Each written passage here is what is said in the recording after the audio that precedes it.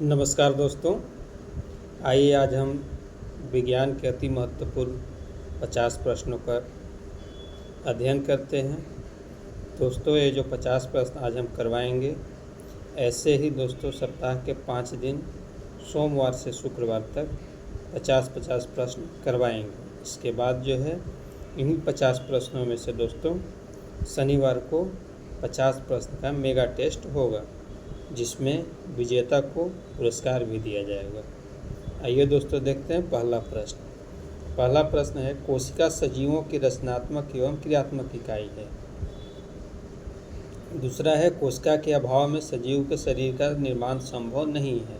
तो इसमें से कौन सही है दोस्तों?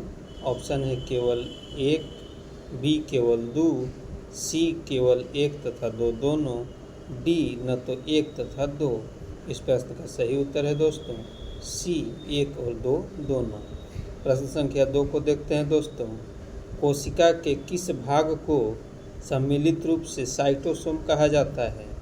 ऑप्शन ए है कोशिका झिल्ली, ऑप्शन बी कोशिका द्रव्य, ऑप्शन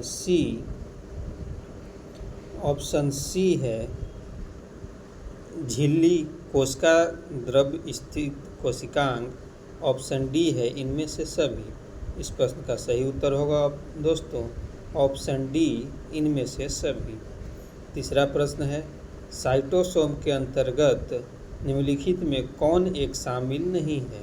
ऑप्शन ए केंद्रक, ऑप्शन बी कोशिका झिल्ली, ऑप्शन सी कोशिका द्रव्य स्थित कोशिकांग, ऑप्शन डी कोशिका द्रव्य स्थित कोशिकांग। ये सी और डी दोनों दोस्तों एक ही चीज़ है, इसमें गलती से प्रिंट हो गया है, सी और डी दोनों। इस प्रश्न का सही उत्तर है दोस्तों ऑप्शन ए केंद्रक जो है कोशिका साइटोसोम के अंतर्गत शामिल नहीं है। प्रश्न संख्या 4 को देखते हैं दोस्तों। कोशिका द्रव्य में स्थित जीवित रचनाएं जिनमें बढ़ने तथा विभाजन की क्षमता होती है उसे क्या कहा जाता है? Option A organoid, option B metaplast, option C ergastoplasm, option D जीव द्रव्य तंतु। इस प्रश्न का सही उत्तर है दोस्तों ऑप्शन ए ऑर्गेनोइड। 5वां देखते हैं प्रश्न दोस्तों। निम्नलिखित में कौन सी कोशिकीय रचना ऑर्गेनोइड नहीं है? Option A centrosome, option B ribosome, option C microtubules, option D रसधानी। इस प्रश्न का सही उत्तर है दोस्तों ऑप्शन डी रसधानी। आइए दोस्तों देखते हैं अगले प्रश्न को। प्रश्न संख्या 6, निम्नलिखित में कौन सा एक सही नहीं है? ऑप्शन ए कोशिका का आकार एवं आकृति उसके कार्य के अनुरूप होता है, ऑप्शन बी कोशिकाओं की संख्या सजीवों के शरीर के आकार पर निर्भर करता है, ऑप्शन सी अलग अलग रचना और अलग अलग कार्य करने वाले कोशिकाओं का समूह को उत्तक कहते हैं, ऑप्शन डी कोशिकाओं अलग अलग आकार की होती है। इस प्रश्न का सही उत्तर है दोस्तों ऑप्शन नंबर सी, अलग अलग रचना और अलग अलग कार्य करने वाले कोशिकाओं का समूह को उत्तक कहा जाता है। अगला प्रश्न है दोस्तों प्रश्न संख्या 7, तरल मोजाइक मॉडल के संबंध में निम्नलिखित कथनों पर विचार कीजिए। पहला प्रश्न है दोस्त, पहला कथन है, यह मॉडल कोशिका झिल्ली के संरचना को बताता है। दूसरा ऑप्शन है दोस्तों, यह मॉडल 1972 में सिगर और निकोलसन ने प्रस्तुत किया। ऑप्शन तीसरा जो है, इस मॉडल के अनुसार कोशिका झिल्ली के संरचना में 2 फॉस्फोलिपिड अणुओं के परतों के बीच में गोलाकार प्रोटीन रहता है। तो इस प्रश्न का सही उत्तर है दोस्तों ऑप्शन नंबर डी, 1, 2 और 3 तीनों जो है तीनों जो ऑप्शन दिया हुआ है वो सही है। अगला प्रश्न देखते हैं प्रश्न संख्या 8, कोशिका का कौन सा भाग माइक्रोविलाई, सीलिया तथा फ्लैजिला जैसी संरचना का निर्माण करती है? ऑप्शन ए कोशिका झिल्ली, ऑप्शन बी कोशिका भित्ति, ऑप्शन सी अंतर्द्रव्य जालिका, ऑप्शन डी राइबोसोम। इस प्रश्न का सही उत्तर है दोस्तों ऑप्शन ए कोशिका झिल्ली। अगला प्रश्न है दोस्तों प्रश्न संख्या 9, परासरण की क्रिया किसके द्वारा संपन्न होता है? ऑप्शन ए कोशिका झिल्ली के द्वारा, ऑप्शन बी कोशिका भित्ति के द्वारा, ऑप्शन सी केंद्रक के द्वारा, ऑप्शन डी ए तथा बी दोनों। इस प्रश्न का सही उत्तर है दोस्तों ऑप्शन ए कोशिका झिल्ली। आइए दोस्तों देखते हैं अगला प्रश्न, प्रश्न संख्या 10। कोशिका अंगक राइबोसोम के संबंध में कौन सा एक कथन सही नहीं है, यानी कौन सा कथन गलत है। राइबोसोम दो प्रकार के होते हैं, 70S तथा 80S। एक कथन बिल्कुल सही है। कथन दूसरा है 70S राइबोसोम प्रोकैरियोटिक में होते हैं तथा इसके दो सब यूनिट 30S तथा 50S होते हैं, बिल्कुल सही है। ऑप्शन सी है राइबोसोम यूकैरियोटिक हैं तथा इसके भी दो सब यूनिट हैं 40S तथा 60S, बिल्कुल सही है। 40S तथा 50S होगा दोस्तों, यहाँ होगा दोस्तों 50S, 60S नहीं। ऑप्शन डी राइबोसोम प्रोटीन तथा लिपिड के बने होते हैं। इस प्रश्न का सही उत्तर है दोस्तों ऑप्शन नंबर डी जो है ये कथन गलत है। आइए दोस्तों देखते हैं अगले प्रश्न को, प्रश्न संख्या 11। प्रोकैरियोटिक कोशिका में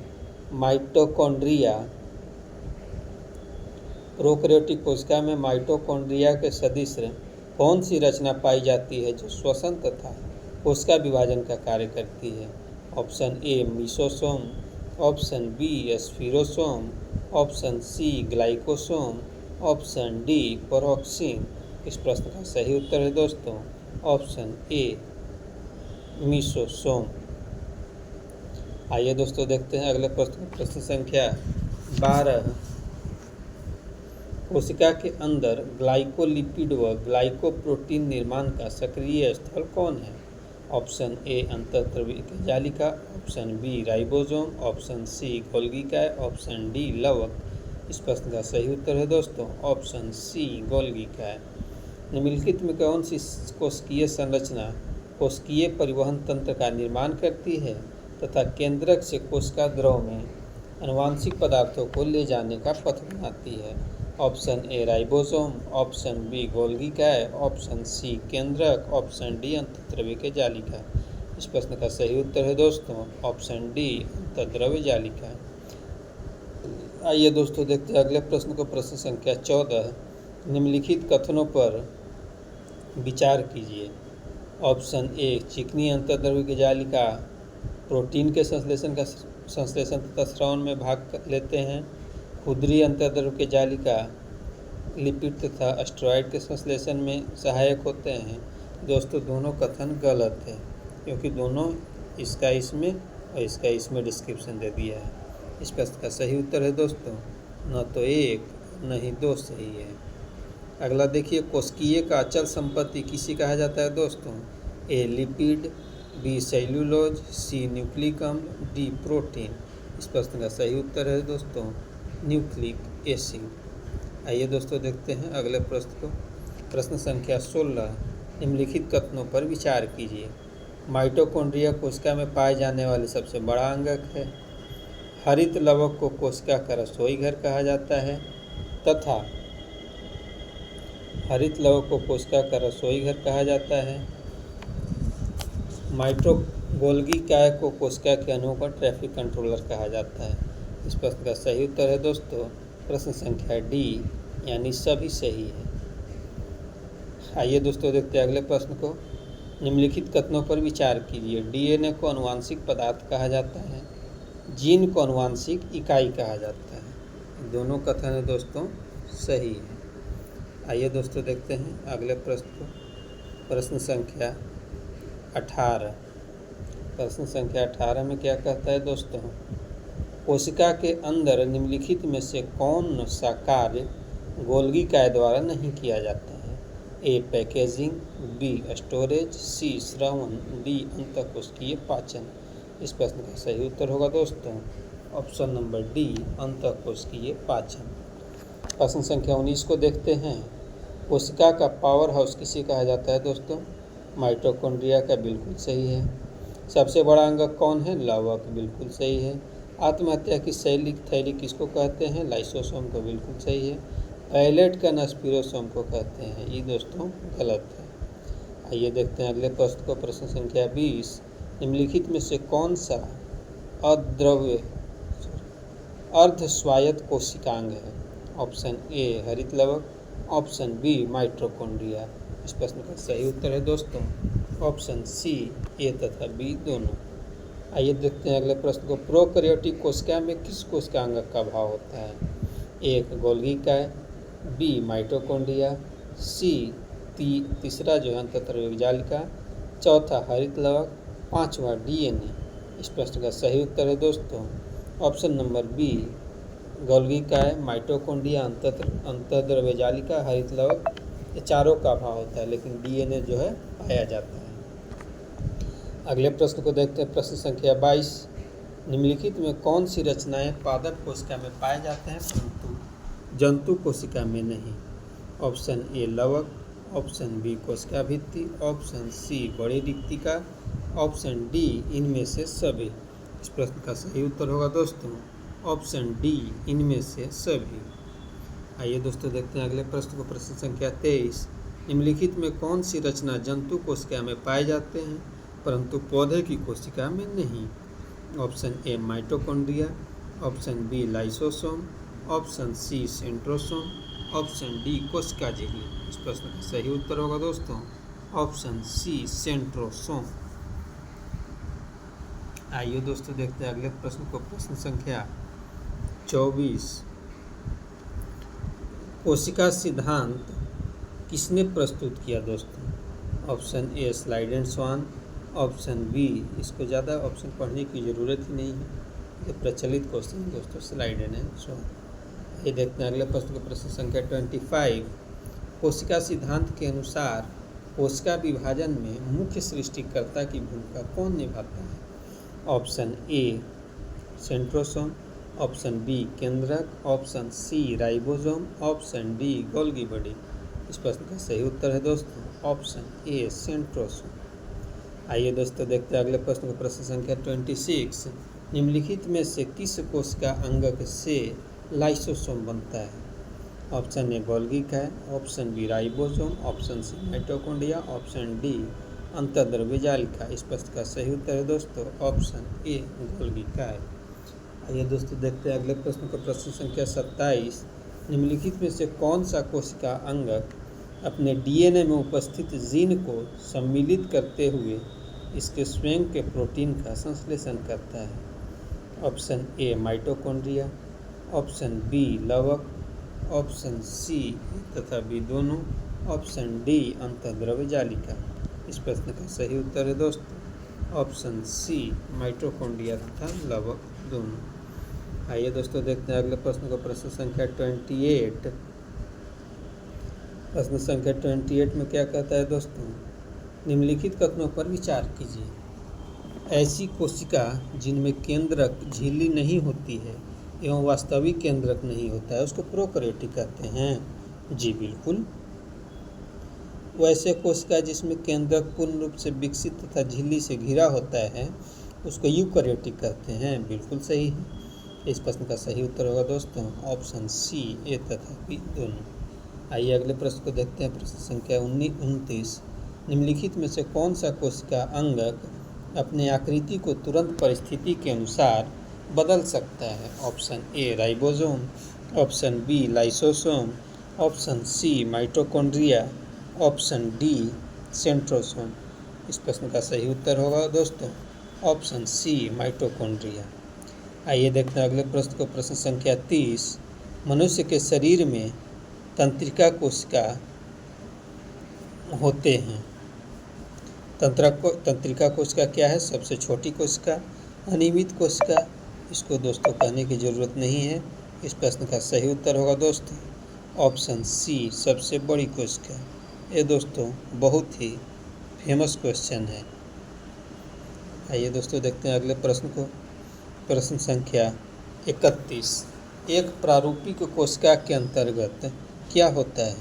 ए केवल साइटोसोम होता है, बी कोशिका द्रव्य एवं केंद्रक दोनों होता है, सी कोशिका झिल्ली एवं केंद्रक, डी साइटोसोम एवं केंद्रक। इस प्रश्न का सही उत्तर है ऑप्शन नंबर डी साइटोसोम एवं केंद्रक। आइए देखते हैं अगले प्रश्न को। प्रश्न संख्या 32, सेंट्रोसोम विशेष रूप से भाग लेता है किसमें?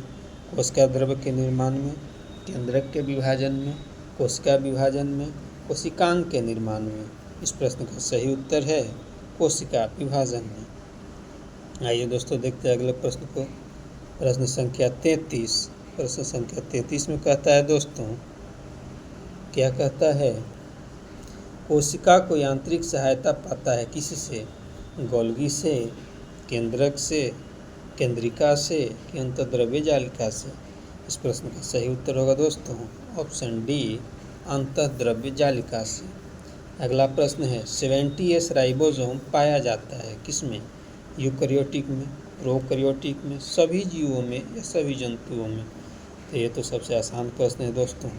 हम लोग जानते हैं कि प्रोकैरियोटिक में 70S राइबोसोम पाया जाता है और यूकैरियोटिक में 80S राइबोसोम पाया जाता है। 70S राइबोसोम प्रोकैरियोटिक के अलावा और कहाँ कहाँ पाया जाता है दोस्तों? कमेंट बॉक्स में कमेंट करके बताइए। अगला प्रश्न है प्रश्न संख्या 35। रंगीन लवक को क्या कहा जाता है? तो हम ऑप्शन नहीं पढ़ेंगे, इसका हम डायरेक्ट उत्तर बताएंगे क्रोमोप्लास्ट, क्योंकि ये फेवरेट क्वेश्चन है दोस्तों, बहुत बार पूछा गया है। ग्रेनम पाया जाता है, ग्रेनम कहाँ पाया जाता है दोस्तों?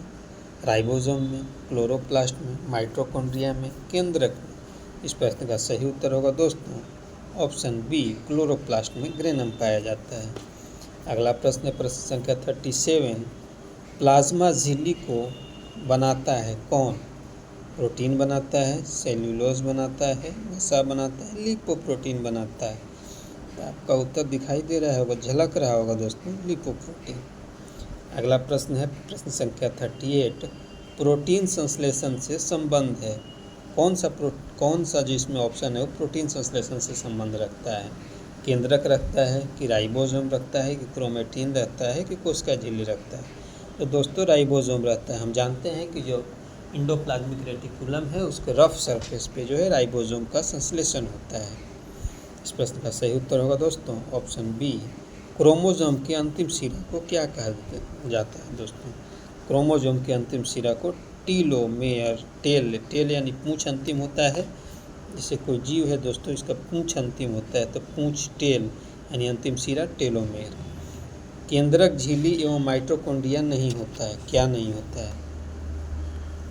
शुक्राणु कोशिका में, स्पंज कोशिका में कि बैक्टीरिया में कि प्रोटोजोआ में?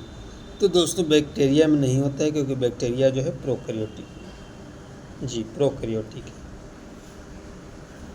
अंतःद्रव्य जालिका केंद्रक है किस चीज़ का? मतलब अंतःद्रव्य जालिका में क्या होता है? श्वसन होता है, पाचन होता है कि वसा का संश्लेषण होता है कि प्रोटीन का संश्लेषण होता है? तो हम लोग जानते हैं जो रफ इंडोप्लाज्मिक रेटिकुलम होता है उसमें प्रोटीन का संश्लेषण होता है। आइए दोस्तों देखते हैं अगले प्रश्न को। प्रश्न संख्या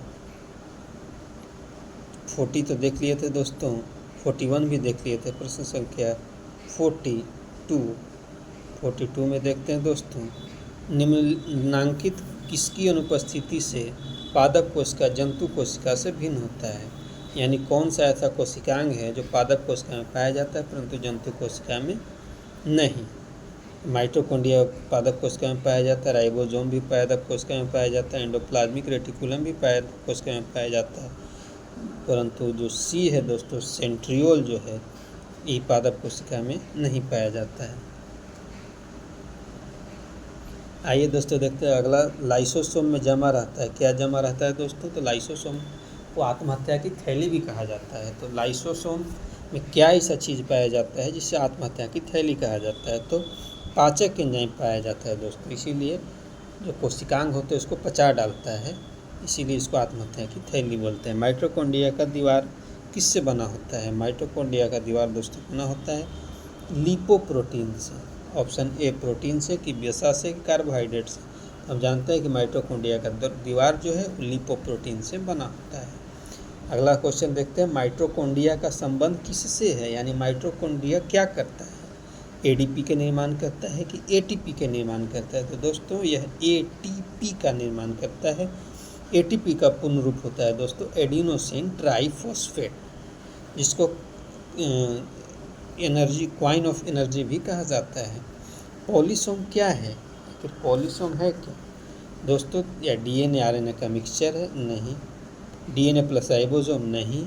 राइबोसोम प्लस mRNA। पॉलीसोम जो है वो राइबोसोम और mRNA का मिक्सचर होता है। अगला प्रश्न है, जीवित कोशिका के भीतर ऊर्जा स्रोत क्या है? यानी जीवित कोशिका को ऊर्जा कहाँ से मिलता है? तो माइटोकॉन्ड्रिया अपना है वो ऊर्जा का निर्माण करता है, इसीलिए इसे माइटोकॉन्ड्रिया का power house of the cell भी कहा जाता है। तरल मोज़ेक मॉडल यानी फ्लूइड मोज़ेक मॉडल किसने दिया था? सिंगर निकोलसन ने दिया था, सिंगर रॉबर्टसन ने दिया था, रॉबर्टसन एंड डेविडसन ने दिया था कि डेविड और सिंगर ने दिया था? इस प्रश्न का सही उत्तर है दोस्तों ऑप्शन ए, सिंगर एवं निकोलसन ने दिया था। आइए देखते हैं अगले प्रश्न को।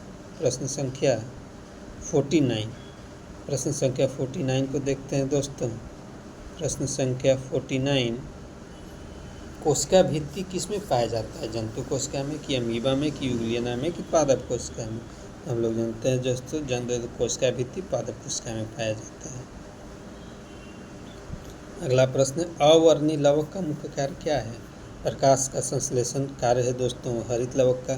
खाद्य पदार्थ का संचय कार्य है दोस्तों किसका? अवर्णी लवक का।